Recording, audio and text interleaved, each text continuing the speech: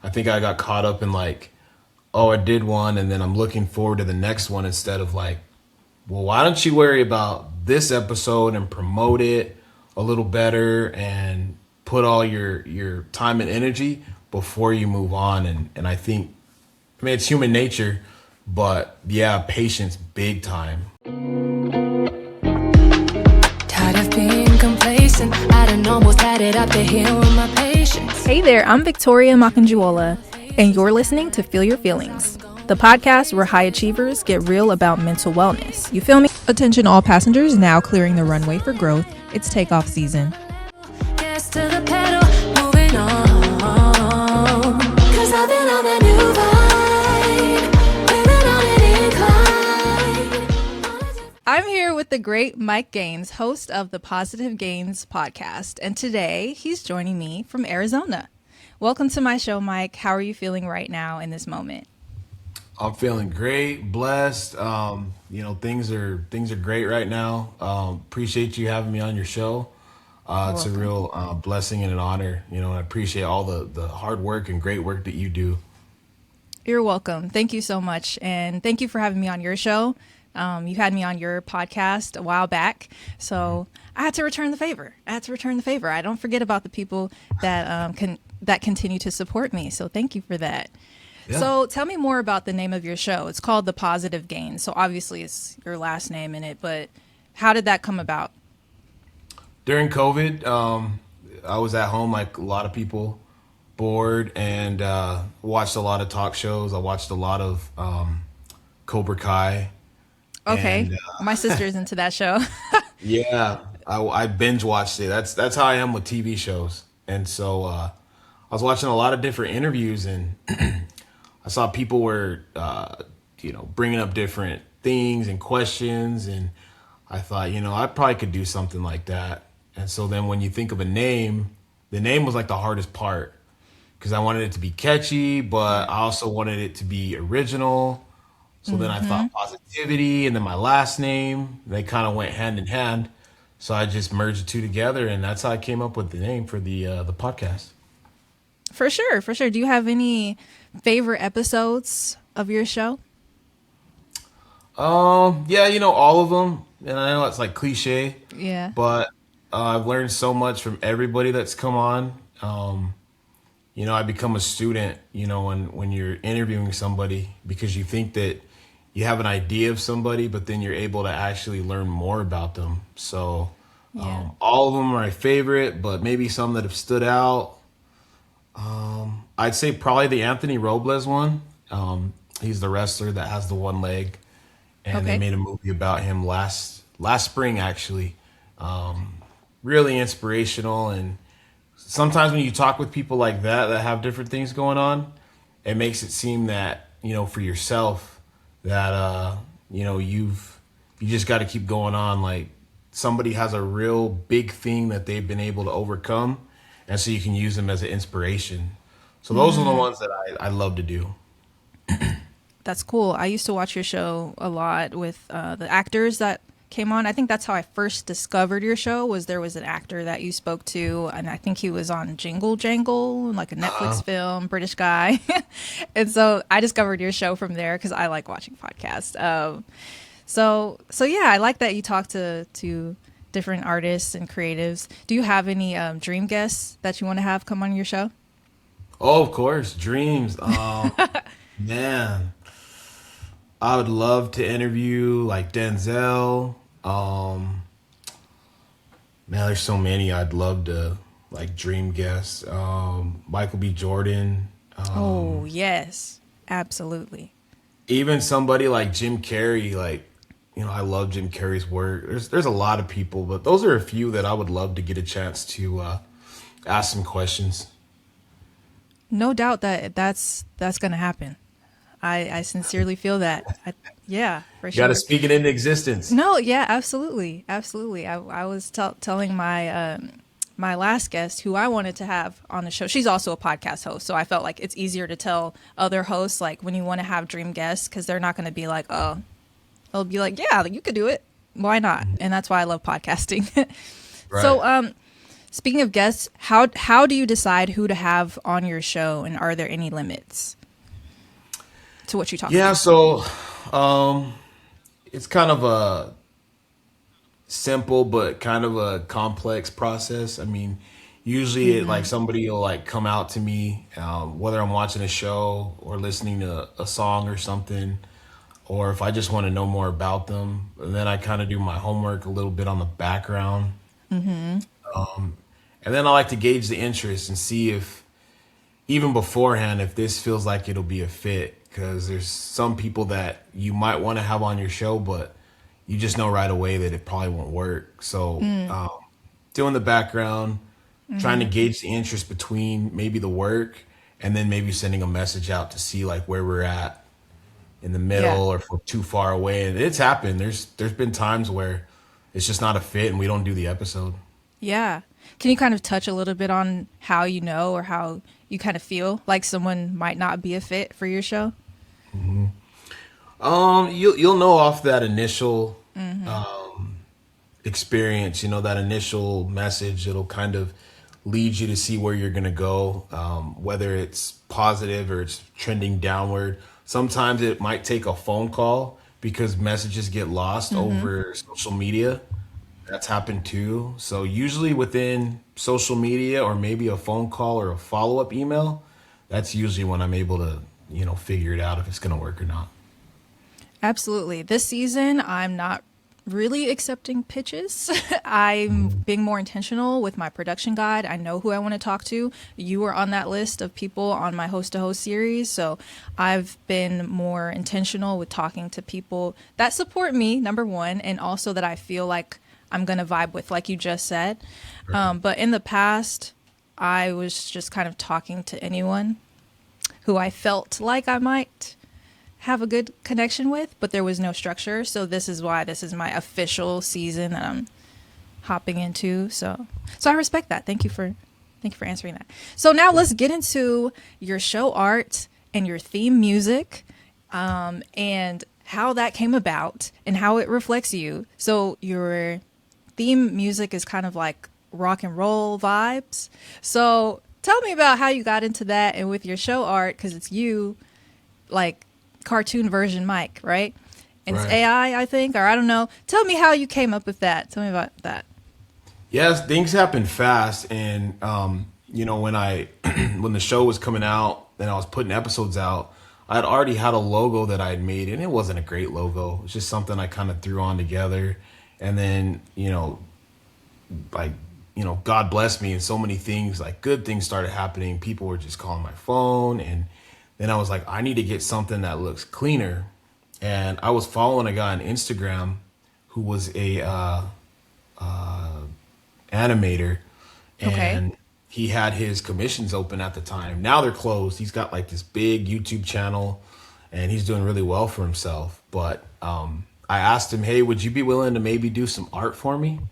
And I pitched him like what I wanted, and he said, yeah, sure. So he put everything in detail the way I wanted it. That was probably like 3-4 years ago, I'm thinking. And as far as the music, that is something I need to fix. Like, that's just something that I threw together from one of the websites I was on, just trying to like make an intro. But yeah, I'm not really proud of that. I need to upgrade it. I mean, why not? I feel like it fits your show because it's leading into like a really dynamic conversation that you're about to have, and like the rock and roll is just kind of like upbeat, it's cool vibes. So I guess it all depends on you. I personally wanted something personal, like lyric Right. based, and I put out an open call. So I had an artist actually submit for it, and she submitted her whole song that she made previously. So, and the lyrics just felt right for me, But if it fits, Good idea. If it fits. Why not? Yeah. So what is your production setup like? What tools do you use, like recording tools or AI tools? What's your recording style like? Yeah, so I've been through quite a few things. Like when I first started, I just used my iPhone and a little like iPhone. picnic table. the headphones that come with the iPhone. Not even like the AirPods. These are the ones that plug in. I That's have what some I of was those. using. Like the AirPods? The Yeah, but the ones AirPods. that Oh yeah, the ones with the wire. The wired. right, the wired Yeah. ones. My lighting setup wasn't great, and so then I think my nieces got me a Best Buy gift card, and then I bought some better lighting, and then I upgraded my phone, and then I got a different camera, and so little by little I started to add. So like right now I have two lights that I got from Amazon. I think they were like $75 a piece. And then my camera right now, I use my MacBook, and Okay. then I have a Canon camera as well, and then I Nice. use Riverside just like you to shoot it. Yeah. Nice. Um, Zoom was no good. A Nice. lot I of was problems thinking on you Zoom. used StreamYard for some reason. I did. I was on StreamYard 2 before, Okay. and then I was having a lot of issues, and somebody recommended Riverside. So, Yeah. yeah, slowly but surely, I put a little mini studio together. I just got to finish a few things, and it'll be more, you know, personal. You can't have a successful launch if the pilot is burnt out. That's why I'm raising awareness for NAMI this season to make sure our mental wellness is cleared for takeoff. If you want to partner with me or support this podcast, please send me an email at the FYFZ podcast at outlook.com. Join the crew. So I used to use Zencaster. Now I'm back on Riverside FM tentatively because I did used to have a lot of post-production errors with hearing like a noise, like a Yeah. beeping noise in the background, and like with my microphone, the audio would be messed up, and I would be scared to reach back out to my guest and be like, "Can you help me re-record the whole thing because the audio was terrible?" Sometimes I would just put it out. So yeah, again, everyone has their own thing, but I'm trusting in Riverside FM to help me make this season a great one. So we're in this thing. What shows do you listen to? It could be podcasts or Just in general, or yeah, I think podcasts. Podcasts. What okay. podcasts do you listen to? Podcast. It's funny. Like when I started, I wasn't really listening to a whole lot of people, and so like over the years, I've kind of gained more, of a listening ear. So I've every once in a while listen to Joe Rogan. Every Okay. once in a while listen to Shannon Sharp, depending on the guest.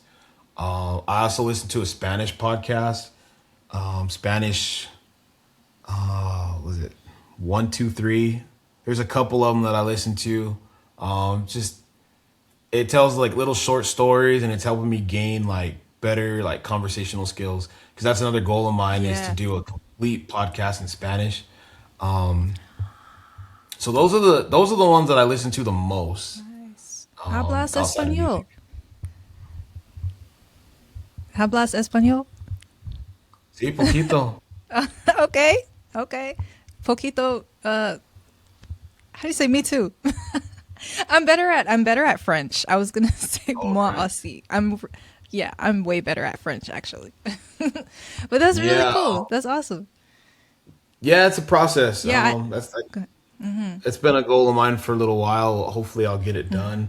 I'm still in Yeah. school, full time, and I'm gonna get a Spanish degree. So my wife speaks Spanish, so it's a lot of moving pieces around the house. Lovely, lovely, and that could bring in a whole new audience for you as well. That's the My goal. sister had a YouTube channel where she reviewed music, like Afrobeats music, and she suddenly got a big following from like Jordan, the country, like Jordan somewhere, and they were like Yeah. reaching out to her in Arabic and stuff. I'm like, that's so random, but nice, really cool. So yeah, keep it up for sure. What's the one thing that you wish someone had told you before you launched your show? I say patience. I think like that's something that, in life, whatever, even if you're not podcasting, but I found myself at the beginning, like putting out an episode, and then I don't think I ever would sit back and like fully harness things before moving on to the next one. I think I got caught up in like, oh, I did one, and then I'm looking forward to the next one instead of like, well, why don't you worry about this episode and promote it a little better and put all your time and energy before you move on. And I think, I mean, it's human nature, but yeah, patience, big time. Like, I could have done things a lot different. Absolutely. And if I cut off a little bit at any point, let me know. So, but to your point, I feel like you're actually a very patient person already, because watching some of your interviews back, you seem to be very intent, a very intent listener and very patient with your guests and just a great listener overall. So it's interesting that you said patience, because I already view you as like a patient person. So yeah, for sure. So also congratulations to you on season 6 of your show. And thank you so much for your support with my show as well, because this is my second official season that I'm launching. And I've been following you for quite some time, a few years ago. I'm not sure what year I was on your show, but you've always been so supportive of the content that I put out. So again, thank you. And I'm just being intentional with the people that show me love. I want to show them love back. So really appreciate you. Yeah. What is one thing that you're currently working on or launching that you want my audience to know about? One thing. Man, there's a lot. Yeah, I've got a big, I've said if anybody's a fan of like the Power series on Stars, look out. There's going to be a really big guest next season. Maybe 2. That's gonna be breaking news on your show. I put it on Instagram earlier. 2. Maybe 2. Working out details and logistics and whatnot. Okay. So that's something. And another nugget, I'm trying to get my last children's book out. Hopefully in the summer, and then yes, I'll be done. I'll be done writing. What's the name of that children's book? I don't even have the title yet. The story is. It's okay. The story's completed. I've got the illustration, and my daughter's a very good illustrator, and so she's gonna get co-illustration credits on the book. Very nice. And I just got to get it colorized, cartoon wise. But it'll be good. It'll be a nice little story, I think, for kids struggling with self-confidence when it deals with like sporting events and things like that. I think it'll be a really good, feel-good story to read. Absolutely. And last but not least, and I can't wait to see that come to fruition too. So please let me know when that comes out. And I'd love to have you come back on as an author, because as you know, the show is where I'm talking to high achievers that are authors, athletes, or artists, and I want to talk to them about what they're doing and the mental wellness tied to their high achievement as well. So feel free to come back once you have that book drop. Yeah. Where can my listeners find you? So I'm everywhere on Spotify, Apple Podcasts, wherever you can get a podcast, you can find it, the Positive Gains Podcast. On Instagram, the new Positive Gains. Don't follow the old account. So if you type in the Positive Gains, that's the old one. I don't have access to it. And I'm on Facebook, the Positive Gains as well. So the only real change is the new Positive Gains on Instagram. And I have a website. thepositivegains.com. All good. Thepositivegains.com. Mm-hmm. Awesome. Well, sounds good. Thank you, Mike, for joining me. And for those listening, don't forget to be a high achiever. You feel me? Bye. Thank you. What people say to judge my life, Try to simplify me, to dim my light, and try to criticize.